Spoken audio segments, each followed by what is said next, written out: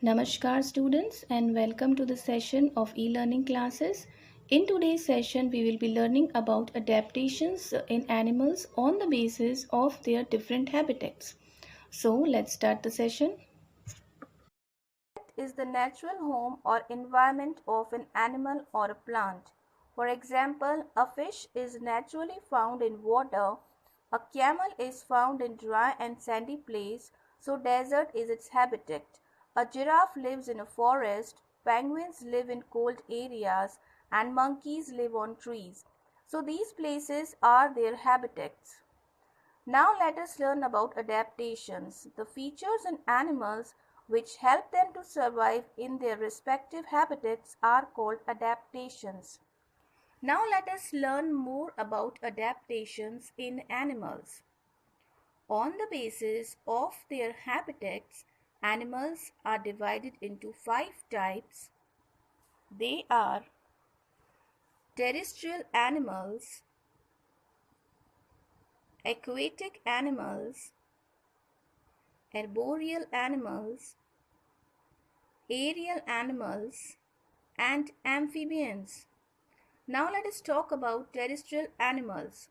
They are the animals that live only on land. Example: tiger, horse, elephant, cow, etc. All the terrestrial animals have legs to move and lungs to breathe. Yak and polar bear live in cold regions, so they have big fur and long hair on their skin which protects them from cold. Animals like buffalo and elephant, which live in hot places, have thick skin to prevent loss of water from their body. Polar bear have a thick layer of fat under their skin called blubber to keep them warm. The black skin of penguin absorbs heat from the sun to keep them warm. It also has thick skin and a layer of thick fat under the skin. They have webbed feet to swim in water and their wings are shaped like flippers which help them to swim fast.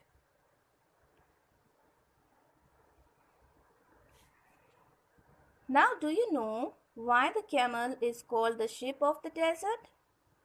Camel is one of the most important modes of transportation for people living in desert areas. But how does it survive such a hot and dry climate of a desert? Let us look at its body structure. Camel has broad, padded feet which do not sink in sand while walking and running in desert. Its long legs help it move across the desert quicker and keep the sand off the camel's stomach.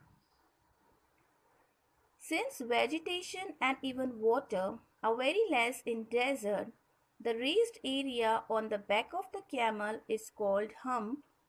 It stores food and water in its hump in the form of body fat, due to which a camel can live up to 10 to 12 days without food and water in desert.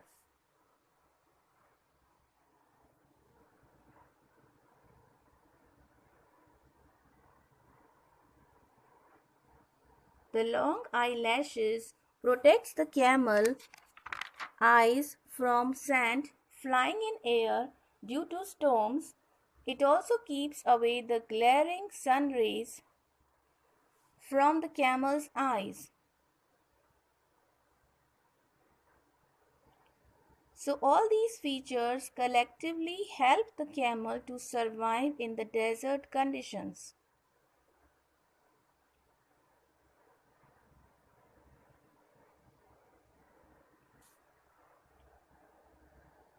Now look at the snake. Snakes do not have legs to move, but they crawl on land in a zigzag manner or forming S-shaped curves with the help of scales on their skin. They cannot move in a straight line. but they can move in grass, sand, and water. They can even climb up the trees. Now look at these mountain goats as they live on mountains where it is very cold and often snow falls there. So they are good at climbing the steep and uneven hills. Their small hooves have flexible inner pads and their hind legs have a lot of strength to allow them to climb and jump on uneven surfaces to a great distance. Their horns help them to defend their enemies. Their thick woolly coat protects them from cold. They eat the vegetation found in hills like grasses and shrubs, etc. And as they travel on high elevation, they can survive on even less oxygen. So, this is all about today's session, and the rest of the topics we will be covering in the next session. Till then, stay healthy, stay blessed. Bye.